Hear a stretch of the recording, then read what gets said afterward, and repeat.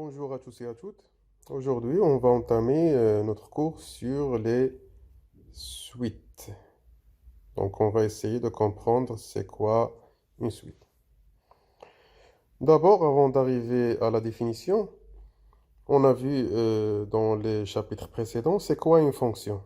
Et on a dit qu'une fonction, c'est une application qui relie des éléments d'un ensemble qu'on a appelé un ensemble de départ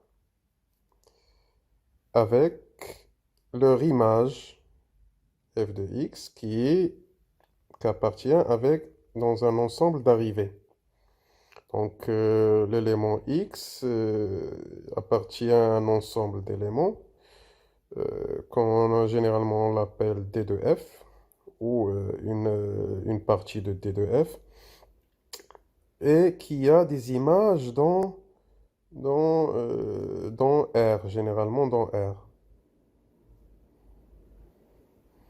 Donc, chaque élément de l'ensemble de départ, qui est généralement dans mes définitions, il a une image dans l'ensemble d'arrivée. C'est comme ça qu'on a défini une fonction. Ce d de f, ou une partie de d de f, ça peut être R, ça peut être un intervalle, 0 plus l'infini, ça peut être des unions des intervalles, ça peut être un élément, un seul élément, ainsi de suite. Ça, on le sait déjà. Donc, si maintenant, si je prends cette fonction-là, je vais l'appeler U, par exemple, je vais l'appeler U. Une fonction, c'est une application qui relie un élément, on va appeler N, avec son image. Voilà. Mais la condition ici, c'est que l'élément N, qui appartient à l'ensemble de départ, va être un entier naturel, appartient à l'ensemble N, des entiers naturels, et qu'il y a des images dans R. Ça veut dire que si on a la fonction suivante, si on a UN, qui est égal à, par exemple, on va faire simple, qui est égal à 2n. On peut calculer les images suivantes. Par exemple, on peut calculer l'image de 0. Donc ça va nous donner 2 fois 0 qui est égal à 0. U de 1, l'image de 1. Donc ça va nous donner 2 fois 1 qui est égal à 2. L'image de 2, c'est égal à 2 fois 2 est égal à 4, ainsi de suite. Donc, qu'est-ce qu'on va remarquer? Ici, on ne calcule les images que des entiers naturels. On ne peut pas, par exemple, calculer l'image de racine de 2.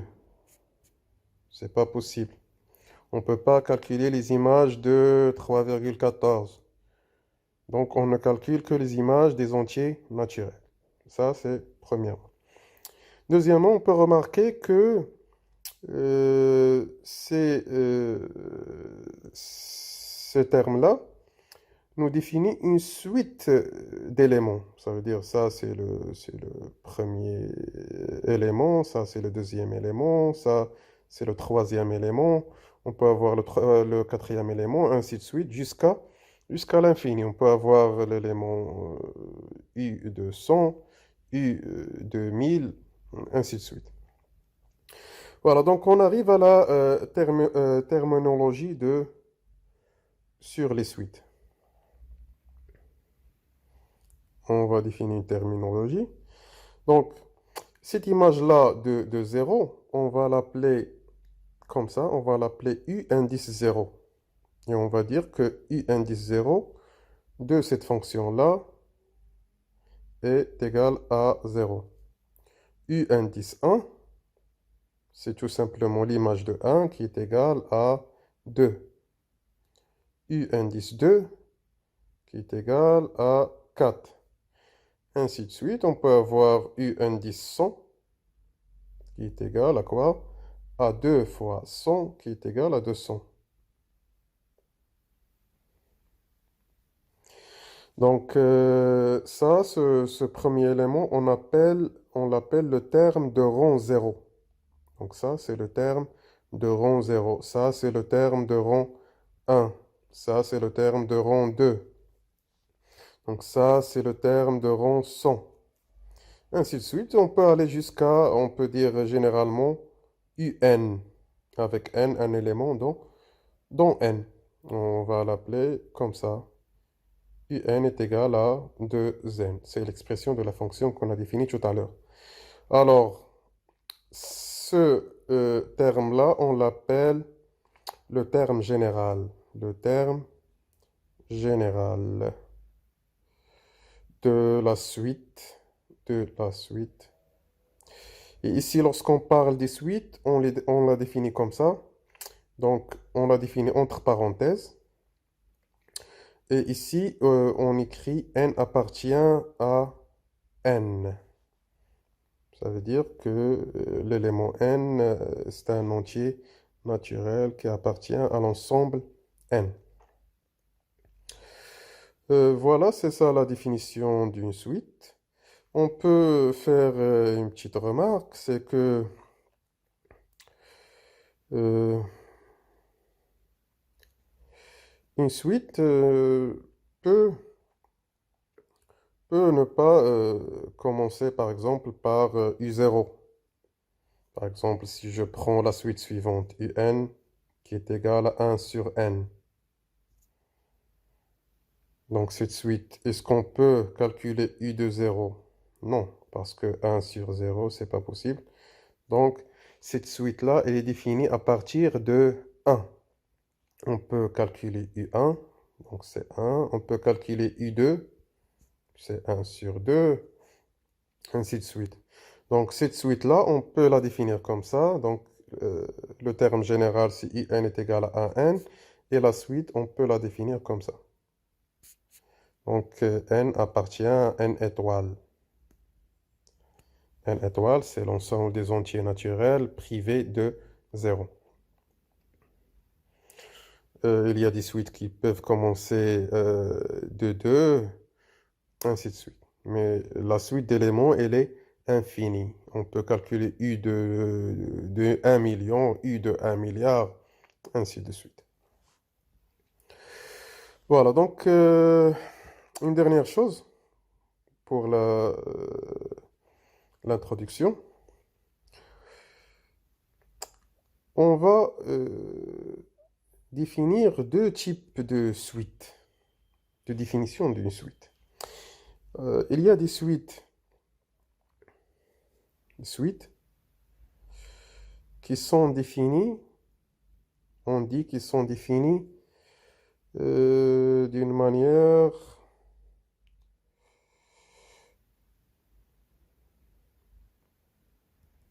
explicite. Et il y a des suites qui sont définies par récurrence. Par récurrence. Ça veut dire quoi? Une suite définie explicitement, ça veut dire que le terme général de UN ne dépend que de n. Il est écrit en fonction de n. Donc UN, par exemple, est égal à n carré moins 4n. Ça, c'est le terme général d'une suite qui est définie explicitement. On peut voir que les suites peuvent définir par une récurrence. On peut écrire par exemple que UN plus 1 qui est égal à 2 UN, par exemple, plus 3. Cette suite, elle est définie par récurrence. Ça veut dire quoi? C'est quoi déjà le terme UN plus 1? Donc, lorsqu'on a défini UN, on a dit que il y a U0, il y a U1, il y a U2, il y a U3, ainsi de suite, jusqu'à on peut avoir UN. Après UN, qu'est-ce qu'on doit trouver? On va trouver UN plus 1. Donc, c'est quoi UN plus 1? C'est le terme qui suit UN. C'est le terme qui suit UN. Par exemple, U1, c'est le terme qui suit U0. U2, c'est le terme qui suit U1, ainsi de suite. Donc, UN plus 1, c'est le terme qui suit UN. Ici, pourquoi on dit qu'elle est définie par récurrence? Parce que si on veut calculer par exemple U1, U1, il est défini en fonction de U0. On veut avoir, si ici il y a U1, alors ça c'est le terme d'avant, donc ça veut dire de U0 plus 3. Donc pour calculer U1, on doit avoir U0, on doit le savoir. Donc la suite, généralement, on la définit comme ça, avec récurrence, et on a par exemple U0 qui est égal à 4. Donc U1 est égal à 2 U0 plus 3, ça veut dire 2 fois 4 plus 3, donc ça fait 11. Donc U1 est égal à 11. Si par exemple on veut calculer